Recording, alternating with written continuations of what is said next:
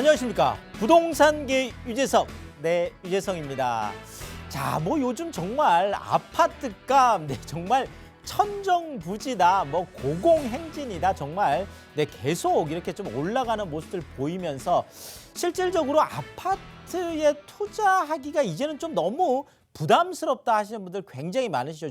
강남 같은 경우에는 원룸 아파트가 13억을 넘어가고 있는 이런 상황이 되고 있고, 더더구나 지금 정부에서도 지금 여당도 그렇고 약간 완화에 대한 이야기는 많이 되고 있지만 구체적으로 무엇을 완화할지는 아직 좀 맥이 안 잡혀 있는 상황이기도 하고요. 자, 또 완화가 되더라도 자, 이것은 무주택자들이나 실수요자들 위주로 좀 움직이고, 특히나 내가 이제 한 주택을 갖고 있으면서 좀 추가로 좀 투자를 하고 싶다, 이렇게 생각하시는 분들한테는 조금 이제 어려운 부분이 되겠습니다. 자, 더더구나 이제는 100세 시대라는 것이 그렇죠. 이제 어제 오늘 일이 이제 아니잖아요. 자, 그러니까 좀 연금형 부동산 쪽에 내가 좀 투자를 하고 싶은데, 지금 코로나 시대에 이렇게 우리가 겪으면서 자, 상가 투자라는 게 굉장히 이제 어려움을 또 많이 겪고 있습니다. 그래서 좀 더 안전한 투자가 없을까? 자, 이렇게 생각하시는 분들 오늘 좀 집중해서 보시면 좋겠습니다. 자, 여러분들 고민하시는 것들도 방송 중에 궁금한 내용들, 세미나 안내 여러 가지들 전화가 열려 있습니다. 네, 서울 전화고 02-2638-3956 02-2638-3956으로 전화 주시면 여러분들의 궁금증 자세하게 말씀드리겠습니다.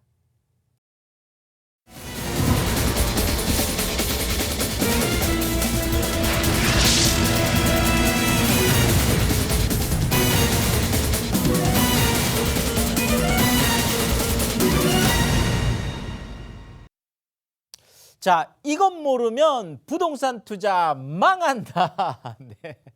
자, 정말 망하는 투자를 하면 안 되겠죠. 성공하는 투자를 이제 우리가 해야 될 텐데, 자, 그러려면 이제는 묻지마 투자는 가라. 네, 정말 묻지 말고 투자해서 성공하기는 이제는 굉장히 어렵습니다. 그래서 좀 열심히 또 공부하고 좀 알 건 우리가 아주 기본적인 투자 패턴 정도는 알고 이제 좀 부동산 투자를 해야 되겠다. 더더구나 이제 부동산 시장 자체도 굉장히 다양화되어 가고 있는 것도 또 이것에 또, 그리고 수요자들 같은 경우에도 그렇죠. 어떤 투자에 대한 욕구가 좀 이렇게 많이 좀 달라지고 있는 모습들 많이 보고 있거든요. 자, 그런 측면에서 좀 다양한 스펙트럼을 좀 볼 필요도 있겠습니다. 자, 첫 번째.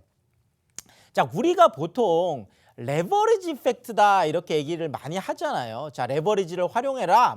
자, 레버리지라는 게 사실은 지렛대죠, 지렛대. 그러니까 큰 돌 같은 거를 내가 혼자 들 수 없을 때 지렛대를 활용해서 들면 큰 돌 같은 경우도 들 수 있다라고 해서 레버리지 이펙트를 잘 활용하라. 이렇게 얘기를 많이 하는데, 보통 우리가 레버리지다라고 하면 이런 거죠. 일반적으로 우리가 레버리지라고 하면, 자, 은행 만약에 이자율이 대출 이자율이 한 2% 정도 된다. 자, 그런데 만약에 월세가 같은 건물에서 5% 정도의 월세가 나온다, 이렇게 얘기하면 약 한 3% 정도의 레버리지가 나오는 거죠. 그러니까 타인 자본을 활용해서 내가 뭔가 좀 수익을 내고 싶을 때 레버리지를 이제 활용하는 경우가 많이 있습니다. 자, 그런데 제가 좀 주목해야 될 것은 이쪽도 있겠지만, 자, 우리나라만 갖고 있는 아주 독특한 부동산 제도가 있습니다. 그게 바로 그렇죠,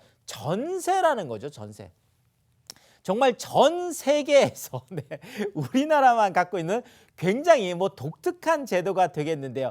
저는 이 전세라는 것도 잘 보면 이것이 레버리지 이펙트가 되겠다, 이렇게 볼 수도 있는 부분이 있거든요. 자, 이런 거죠. 단순하게 보면, 자, 10억짜리 내가 집을 사는데, 그렇죠, 당장 내가 10억짜리 집을 사면서 10억을 다 갖고 사기에는 굉장히 좀 힘들죠. 자, 그러면 내가 10억이 없으니까 10억짜리 집을 살 수가 없겠네. 자, 물론 지금 같은 경우에는 약 한 40%까지, 그렇죠, 물론 조정 대상 지역 외 지역은 60, 70%까지 나오지만 서울을 기준으로 했을 때 40% 정도의, 그렇죠, 대출을 일으킬 수가 있죠. 자, 그러면 그래도 약 한 6억 정도의 현금이 필요하고, 또 하나는 이 대출받은 4억에 대해서도 내가 계속 이자를 내야 된다라는 거죠. 그러면 계속 또 비용이 발생하는 부분들이 있습니다. 그러니까 내가 이자를 낼 수 없으면 또 그렇죠. 좀 투자하기가 힘들고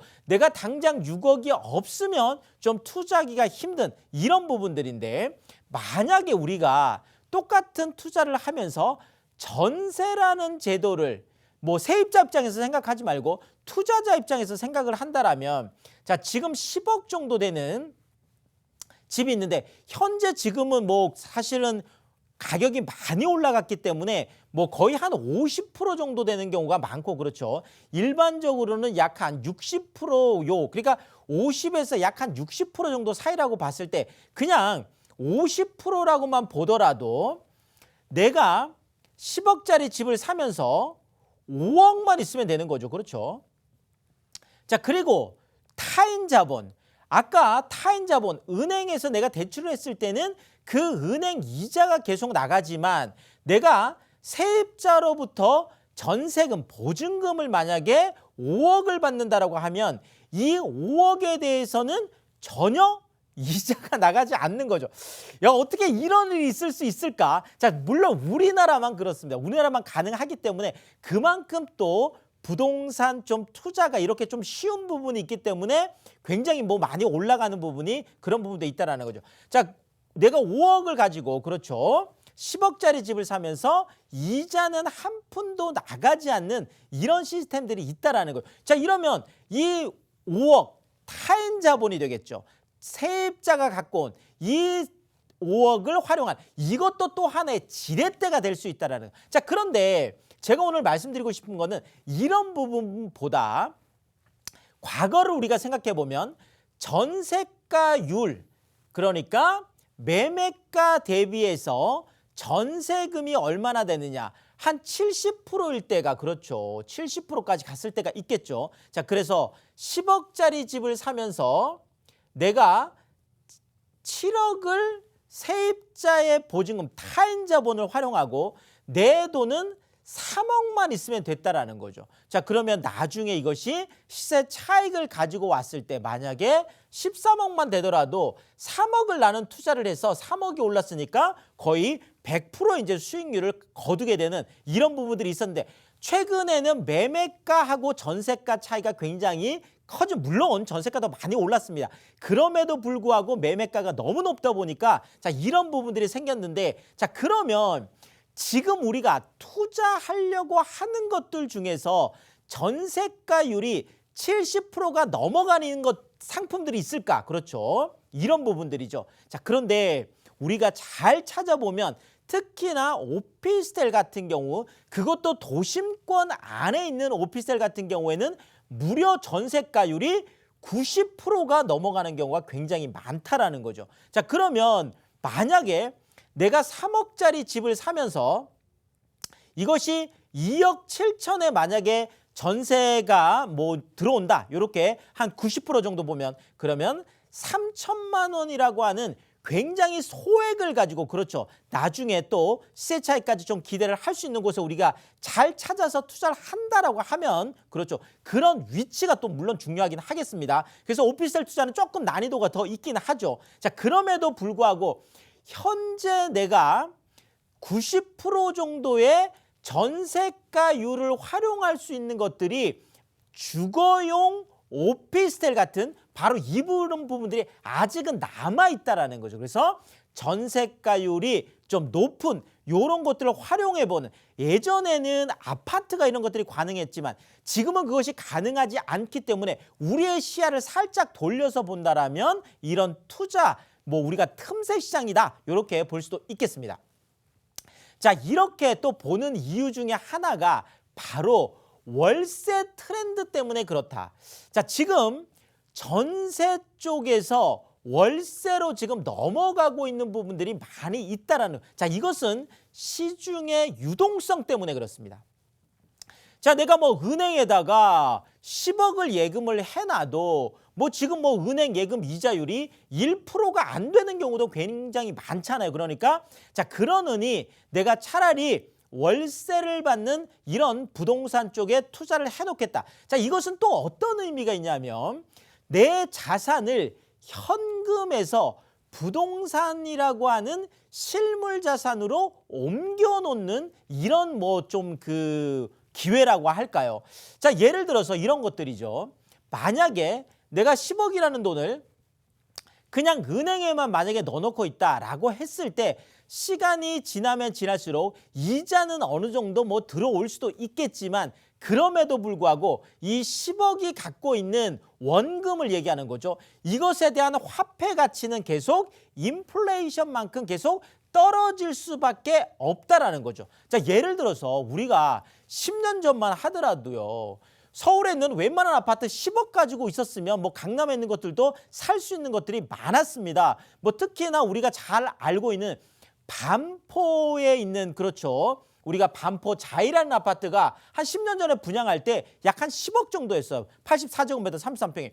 그런데 지금 이것이 뭐 25억, 28억 거의 30억 가까이 되잖아요. 자, 그러면 지금 현재로 본다라면 10억이라는 이 화폐 가치가 한 10여 년 전만 하더라도 강남에 있는 33평을 살 수 있는 돈이었는데 지금 현재 화폐 가치로 따져보면 그렇죠. 강남에 있는 새 아파트를 뭐 반 채가 아니라 3분의 1채 정도 못 산다는 얘기죠. 그래서 뭐 이렇게 화폐 가치가 떨어지는 부분들이 있기 때문에 그냥 갖고 있는 것보다는 당연히 그렇죠. 화폐 가치가 떨어지는 것을 이런 것들을 보고 우리가 인플레이션 해지 기능이다 이렇게 얘기합니다. 인플레이션으로부터 가이딩, 보호를 받을 수 있다는 거죠. 우리가 실물 자산을 옮겨 넣는 경우가 바로 그런 거거든요. 자, 근데 단순하게 실물 자산으로 옮겨놔서 인플레이션 해지 기능만 하는 것이 아니라 또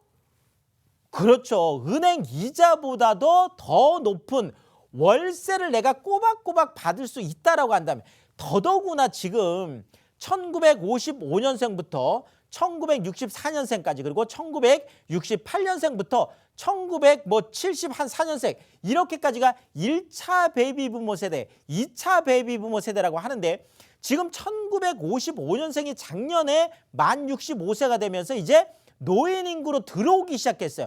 자, 은퇴한 분들이 계속 넘어오고 있다라는 거죠. 자, 그러면 내가 은행의 이자로만 살아갈 수밖에 없기 때문에 연금처럼 꼬박꼬박 나올 수 있는 이런 월세를 받을 수 있는 그런 실물 자산들. 왜냐? 이자는 떨어질 수 있겠지만 이 월세를 받는 것들은 임대료가 올라가는데 그렇죠. 월세가 일반적인 물가 상승률보다 일반적인 이자 상승률보다 훨씬 더 늘 높게 형성되어 왔던 것들을 우리가 경험을 했기 때문에 월세 쪽으로 지금 많이 뭐 좀 가고 있는 부분들이 있죠. 자, 근데 문제는 이 월세 받는 거 하고 싶은데 그렇죠. 상가 같은 경우가 최근에 우리가 코로나 사태나 이런 것들을 겪으면서 상권이 지금 많이 좀 다운된 부분들이 있죠. 아, 이거 좀 불안하다. 자, 이러다 보니까 많은 분들이 이런 걸 찾습니다. 아, 그러면 2마리 토끼를 좀 다 잡았으면 좋겠다. 자, 첫 번째는 그렇죠. 부동산 투자라고 하면 많은 분들이 시세 차익을 기대를 하고 있습니다. 시세 차익을 기대를 하면서 더더구나 뭐 상가 같은 경우에는 이제 전세가율을 활용하기가 굉장히 어렵잖아요. 일반적으로 뭐 내가 대부분 내 자본을 좀 갖고 있어야 되는 경우가 많고 만약에 내가 내 자본이 없다라면 많은 부분을 차입을 해서 하다 보니까 그 이자를 만약에 월세가 떨어졌을 때 감당을 못 한다면 어렵잖아요. 자, 그러니까 내가 시세 차익을 기대를 하려면 어느 정도의 전세가율이 좀 높게 형성이 되어 있어서 내가 작은 돈을 가지고도 나중에 좀 시세 차익까지 볼 수 있었으면 좋겠다라는 이런 또 한 마리 토끼를 잡고 싶고 자, 그러면서 내가 시세 차익뿐만 아니라 나중에 내가 어느 정도 자본이 마련됐을 때는 월세라고 하는 그렇죠. 우리가 렌탈 게인, 임대소득까지 연금 같은 임대소득까지 다 할 수 있으면 그렇죠. 그래서 임대소득 이 2마리 토끼를 다 잡을 수 있는 이런 것들이 좀 있었으면 좋겠다. 이런 이야기들을 많이 하고 있습니다. 자, 그래서 제가 오늘 좀 추천드리고 싶은 거는 바로 이런 것에 좀 적합한 것이 아파텔이더라. 자, 일단 아파트는 그렇죠. 아파트는 지금 너무 많이 올라가 있는 부분들도 있고 실질적으로 아파트 같은 경우에는 월세 또 투자 쪽은 아니기 때문에 시세 차익 쪽은 될 수 있겠지만 자 그렇지만 지금 내가 아파트 한 채 갖고 있으면서 또 아파트 투자하기에는 또 양도세 중과라든지 세금 부담이 크잖아요. 자 그런 측면에서 보자라면 아파트 같은 똑같은 구조 그러니까 1인 가구를 위한 아파트 그러면서 가격적인 측면에서는 그렇죠. 오피스텔하고 똑같은 그래서 아파트 같은 오피스텔 이런 아파트를 많이 찾더라고요. 자 월세가 많이 나옴에도 불구하고 그렇죠. 상가처럼 무슨 이렇게 영업을 하는 게 아니죠. 그냥 와서 주거만 하면 나에게 월세가 나오기 때문에 굉장히 안정적으로 할 수 있는데 이런 걸 보고 우리가 공실 걱정이 없다. 그렇죠. 거의 공실률이 제로에 가까운 이런 쪽의 입지들을 우리가 찾아낸다라고 하면 아파트처럼 그렇죠. 시세 차익을 내가 기대를 할 수도 있겠고 그러면서 전세가율 90% 가까운 전세가율도 활용할 수가 있겠고 또 하나 오피스텔처럼 말 그대로 그쪽에서 계속 월세를 받을 수 있기 때문에 이런 부분까지 두 개 다를 활용할 수 있다는 거예요. 자 그러면서도 중요한 게 바로 소액 투자의 메리트라는 거죠. 전세가율이 90%에 가깝기 때문에 내가 10% 정도만 내 돈을 가지고 투자를 할 수 있는 그러면 3억짜리 만약에 내가 아파트 같은 오피스텔을 투자한다라면 한 3천만 원 이내에서 소액 투자가 가능하기 때문에 뭐 내가 대출을 내지 않고도 대출 10원 내지도 않고도 타인 자본을 활용해서 나중에 시세 차익이나 또 나중에 또 내가 돈이 마련된다라고 하면 연금 같은 그런 임대 차익까지 볼 수 있는 그런 쪽이어서 좀 우리가 관심을 가져볼 만하다 이렇게 말씀을 드리겠습니다. 자, 이 짧은 시간 안에 뭐 그런 구체적인 뭐 투자처라든지 또 구체적인 또 뭐 투자 방법이라든지 이런 걸 다 말씀드리긴 어렵습니다. 그래서 제가 세미나와 개인 상담들을 이제 마련을 하고 있는데요. 자, 뭐 많은 분들이 오시다 보니까 꼭 예약 전화하고 오셔야 되겠습니다. 02-2638-396 02-2638-396 더더구나 요 최근에는 또 코로나 또 이런 상황들 때문에 뭐 아주 또 소규모 분들만 우리가 또 진행을 할 수밖에 없으니까 꼭 예약 전화를 하고 오시면 여러분들의 궁금증 투자 방법들 02-2638-3956으로 신청하시고 성공 투자하시면 좋겠습니다. 자, 제가 뭐 그 두 마리 토끼를 다 잡는 그러니까 시세 차익도 좀 보고 또 그러면서도 월세까지 연금처럼 꼬박꼬박 받을 수 있는 이런 아파트 같은 오피스텔 자 이런 것들 투자하려면 늘 말씀드리지만 업무지구 그러니까 일자리가 많아야 돼요. 이런 것들은. 자 그러면 서울 안에 우리가 보통 그렇죠. 종로, 중구 이쪽을 중심으로 한 그래서 중심 업무지구라고 하죠. 자 그다음에 강남 쪽에 있는 업무지구가 있습니다. 자 여의도 업무지구가 있습니다. 자 이런 것들을 보고 우리가 3대 업무지구면서 3대도심이라고 하는데 자 그중에서 가장 큰 그렇죠. 종로 업무지구 가까운 쪽을 제가 오늘 좀 추천을 드리고 싶은데요. 자 이쪽을 추천드리는 이유는 바로 역세권 때문에 그렇습니다. 특히나 우리가 시세 차익을 기대를 하든지 뭐 정말 연금 같은 그런 임대 차익을 기대를 하든지 두 개 다 역세권이 중요한데요. 2호선, 4호선, 5호선 야 지하철역이 하나만 있어도 대단한데 2호선과 4호선과 5호선 트리플 역세권이라는 거죠. 자 여기가 바로 동대문 역사문화공원역이라고 하는 바로 이 지역이 되겠는데 자 제가 아무리 멀어도 지하철역에서 도보 10분 안쪽은 투자를 하라고 하고 이왕이면 5분 안쪽이면 좋겠다 이렇게 얘기를 하는데 3분 거리라고 하면 야 정말 이건 초초 역세권이다. 자 중구 쪽 같은 경우에는 공시가격이 그렇죠. 공시지가가 땅 한 평이에요. 지금 1제곱미터당 2억이니까 보통 3.3제곱미터가 한 평이잖아요. 그러면 6억이 넘어간다라는 거죠. 땅 한 평에 6억 6천. 뭐 실거래가로 하면 거의 10억 가까운 바로 이곳이 이런 중구 쪽. 자 강남 땅값이 가장 비싼 게 아니라 중구 땅값이 가장 비싸다. 이렇게 말씀을 드리면서 바로 그 지역에 있는데 18년째 땅값 1위를 지키고 있겠습니다. 자 종로의 대규모 중심 업무 지형대 또 세운지구라고 하는 엄청나게 큰 프로젝트가 이제 진행이 되고 있는데요.